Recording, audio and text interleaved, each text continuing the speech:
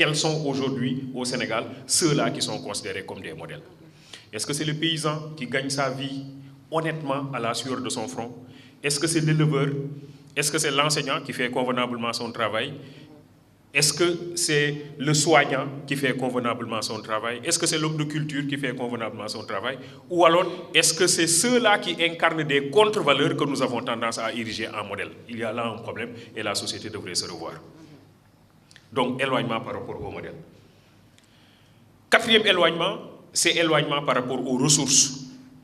En réalité, là aussi, nous avons des problèmes, les ressources. Parce que dans nos sociétés, on a l'impression qu'il y a une catégorie d'individus qui s'accaparent des ressources. Le professeur Malick Ndiaye avait écrit un ouvrage intitulé « La société d'accaparement », quelque chose comme ça, pour dire qu'au fond, il y a une minorité, mais ça c'est dans le monde entier. On nous dira qu'il n'y a que 20%, je crois, de personnes du monde qui s'accaparent de 80% des ressources. Il y a suffisamment de ressources dans le monde pour que tout le monde vive de façon décente. Mais en réalité, il y a une catégorie qui s'est accaparée de tout et les autres sont plus ou moins exclus. Une anecdote raconte qu'un président africain était allé rendre visite à son homologue asiatique. Et l'avait trouvé dans un beau château. Et le président africain a dit au président asiatique, comment vous avez fait pour avoir ce beau château? Le président asiatique lui dit, viens vers la fenêtre. Ils vont ensemble vers la fenêtre. Il dit au président africain, qu'est-ce que tu vois au loin? Le président africain lui dit, je vois une autoroute avec 8 voies. Le président asiatique lui répond qu'on m'avait donné de l'argent pour faire une autoroute avec 16 voies. J'ai fait une autoroute avec 8 voies et le reste de l'argent, je l'ai utilisé pour faire mon château. Le président africain est rentré chez lui. Vous devinez la suite, un an après, c'est le président asiatique qui vient lui rendre visite. Et qui le trouve dans un château plus beau que le sien. Et il lui dit, mais comment vous avez fait en un an pour faire ce château qui dépasse de loin en beauté le mien? Le président africain lui dit, toi aussi viens vers la fenêtre. Ils vont vers la fenêtre, le président africain dit au président asiatique, qu'est-ce que tu vois au loin? Le président asiatique lui dit, je ne vois rien. Il dit, moi, on m'avait donné de l'argent pour faire une autoroute avec 16 voies. Je n'ai rien fait. Et j'ai fait mon palais. Le premier, lui, il a fait au moins 8 voies. L'autre, là, n'a rien fait. Alors, je vous dis simplement qu'il y a un phénomène d'accaparement et qu'il va falloir réfléchir sur la gouvernance, la gestion de nos ressources. Je crois que ça, c'est excessivement important parce que sinon, ça crée des frustrations, ça crée des exclusions et ça peut créer des problèmes. Dernier éloignement, qui est l'éloignement le plus compliqué, c'est l'éloignement de l'individu par rapport à lui-même. M. Gueye parlait tantôt d'une approche ontologique.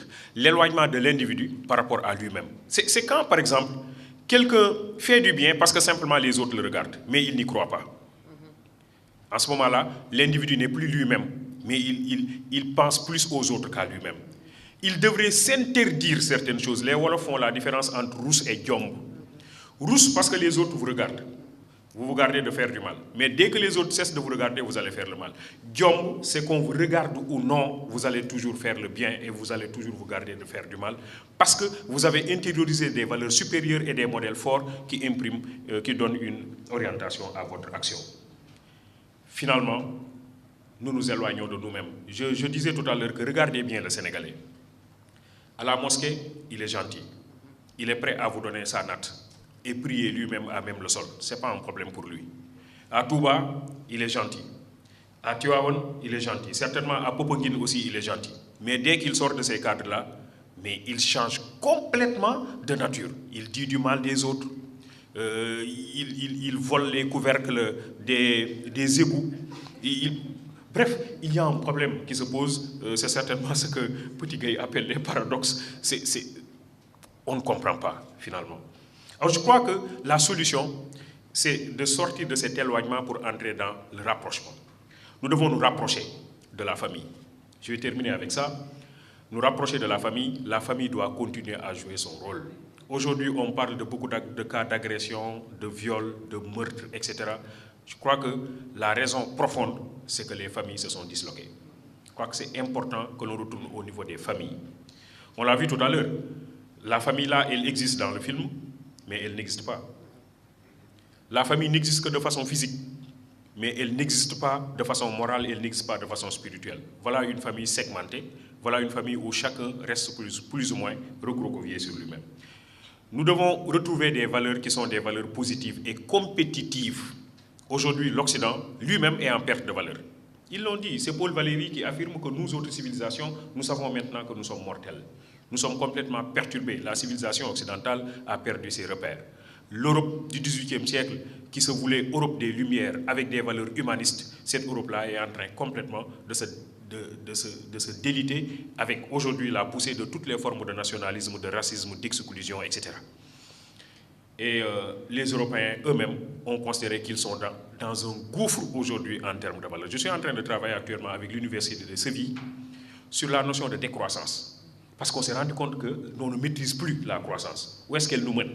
Elle nous mène vers l'homosexualité, vers la pédophilie, vers la nécrophilie, vers la zoophilie, vers les inégalités. Il va falloir s'arrêter et dire que si nous avons ce développement économique qui nous conduit au gouffre, mieux vaut être pauvre et être heureux. Et finalement, qu'est-ce que la pauvreté, qu'est-ce que le développement? Donc, nous rapprocher de la famille, nous rapprocher de valeurs positives et compétitives, trouver des modèles qui sont des modèles humains de progrès et de bien-être. Je crois que vous regardez dans la salle, vous regardez dans la communauté, vous regardez dans le monde, on trouve des gens qui se sont battus pour le triomphe de l'humain, tout court. Ces gens-là devraient être érigés en modèle. Mais ces gens qui se sont battus pour eux, rien que pour eux, dans l'exclusion totale des autres, et qui ont tendance à être érigés comme modèle simplement parce qu'ils ont, ça c'est un problème. Dans nos communautés, vous organisez un baptême, vous organisez une cérémonie de mariage, etc. Les gens qui sont les plus respectés sont certainement les gens qui sont les plus riches. Ceux qui sont les plus pauvres ont tendance à être exclus. Peut-être qu'ils sont les meilleurs, mais simplement parce qu'ils n'ont rien. Il y a un problème dans notre société actuelle. On ne croit qu'en l'argent. Ça, c'est un problème et ça se répercute sur les enfants. Dernière chose que je voudrais dire, c'est le projet de société. Quel projet de société nous voulons? Guy l'a dit tout à l'heure, quelle société, quel monde voulons-nous léguer à nos enfants, à nos petits-enfants, etc. Mais ça c'est aujourd'hui qu'on doit commencer à le construire. Si je pense que je dois attendre demain parce que j'aurai encore du temps, c'est que je n'ai rien compris. Donc à tous les instants, tout ce que nous faisons doit être orienté vers la construction d'un monde idéal.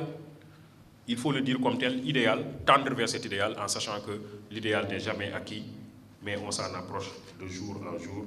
Je vous remercie de votre attention.